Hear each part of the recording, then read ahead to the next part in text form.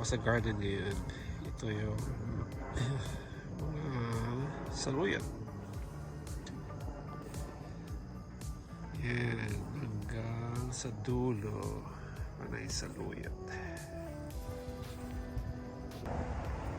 So, dito sa dulo may mga kangkong dito. So, tinatalpasan namin ito araw-araw din. Halos nakakalbo na. So, ito yung side ng garden. So, panay halos saluyot. Hanggang sa dulo. So, katabi ng saluyot ay yung mga ampalaya.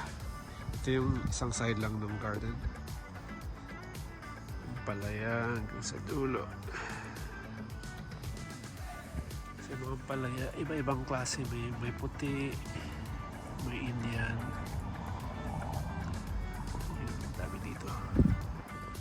Meron din yung Filipino ampalaya. Ayun, ang dami. Dami mga ampalaya. Pero tingnan nyo itong mga saluyot, my God. So, halos araw-araw tinatalbusan ko to. Ginagawang tinimtim sa Ilocano. Ito yung mga ampalaya, ang daming talbos. Tapos sa likod naman may mga upo. Dalawa lang tinanim ko upo pero ang daming lumalabas. Siguro mga 1 week pa dadami yan. Ito yung mga kangkong.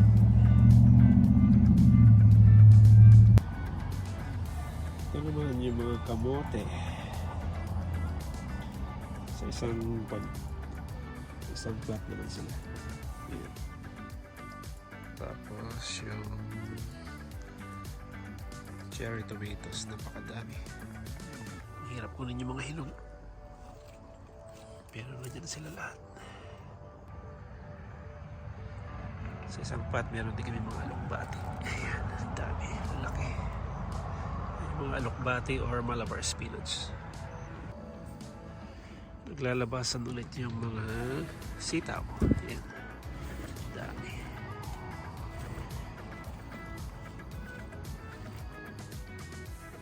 Sa banda rito, itong laging masipag magbunga. Itong palang, ay no, parda pala.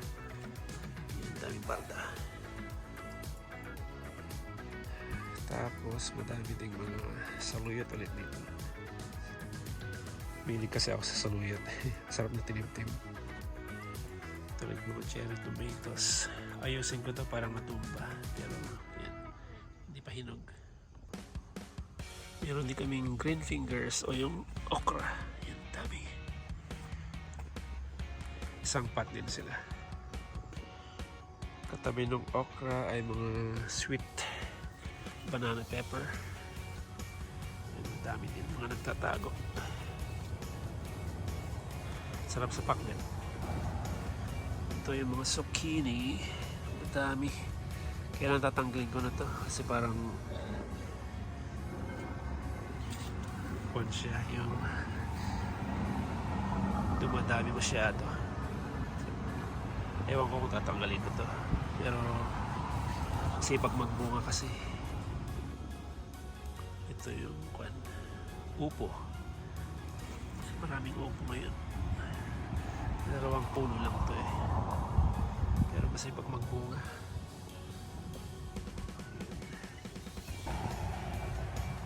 Ito may nagtatagong malaking ampalaya. Yan. Ang daming dito. Ayan. Yun, ito pa.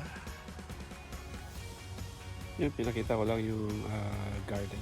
Tapos lang ng ulan ngayon. So, hopefully maganda ang tubo ulit bukas. Yan. Thank you.